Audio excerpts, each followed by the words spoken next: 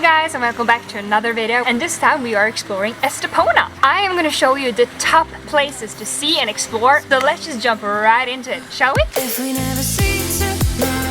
We are going to jump right into the heart of Estepona, and that is Old Town, or as I would say here, the historical center, which I completely agree with. I have never seen something as beautiful as the Old Town in Estepona. As you can see here, it's filled with flowers, beautiful, beautiful colors, cool vases to have your flowers in, old scooters, it's just everything. So definitely number one of the things you need to check out. It will not disappoint. Destination number dos. There's no coincidence that I'm standing exactly where I'm standing right now, because behind me we have the clock tower. This is the only surviving part of Los Remedios church. It was built in 1473 but sadly got destroyed in an earthquake in 1755. Anyhow, this is still left for us to enjoy and look at. Of course, the beach is super important here in Estepona. It's almost 1 kilometer long and it has the most stunning view with obviously the ocean. It offers heaps of different activities that you can do, and on top of that, the beach here in Estepona is not only for the daytime, it's also for nighttime. They have bonfires, I think it's almost every night. How romantic, how cool, how Instagram friendly. And alongside the beach, it's another thing, and I'm going to show you right now, and that is the beach walk in Estepona.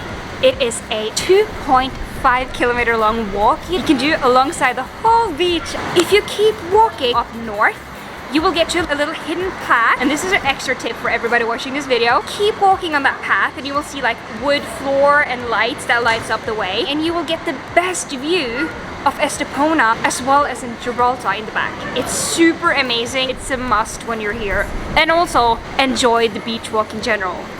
It's super pretty. The next place you have to visit is Sotogrande.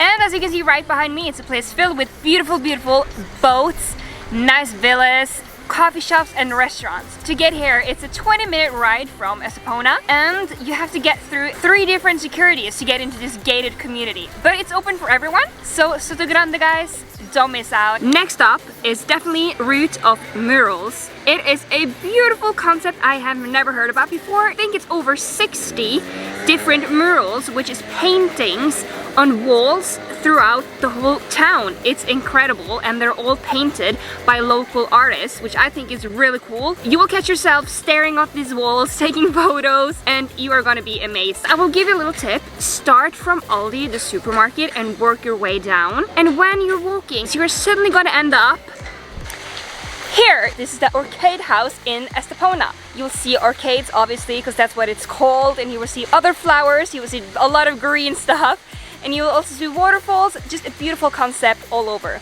So definitely a must see. You're strolling by anyway, so why not just pop in? I guess you're thinking, Sunny, I understand there's a lot of things to do in Estepona by now, but what if I want to travel a little bit further? Well, first up has to be Marbella.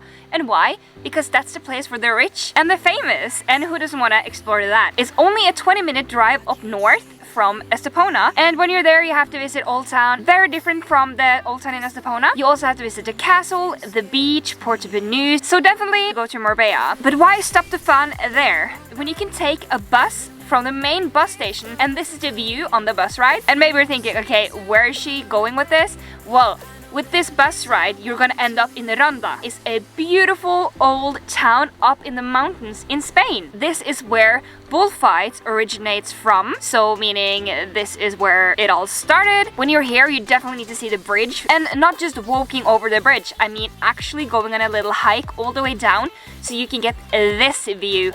Only a day, it's definitely enough. It's not a big town, but it is beautiful and worth checking out. The last destination is Gibraltar, and that is a English-owned little island. It is referred to as the Rock, which is very understandable when you just take the bus from Estepona, and then you will be there in like 1.5 hours. And then you walk over the border, which is insane, and bring your passport because you are entering England. First thing you will meet when you go through the passport control is this red telephone box, which is super English. Be aware if you want to take the car with you that it might take you some few hours to actually cross the border. This is because of passport control, but also because the highway is being crossed by the runway for planes. So if a plane has to land, all the cars has to stop because it's such a small island that they need to use all the space they have. So after passing the pass control, just keep walking up to these lifts, and these are incredibly smart because it helps you get to the top of the mountain real quick, and then you will see the best of Gibraltar, and that is the monkeys.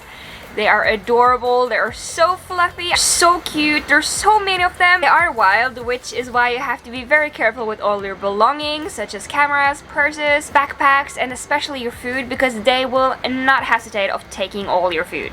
They will. When you're at the top, instead of taking the lift back down and be like, oh my god, I saw Gibraltar, nice view. Nah.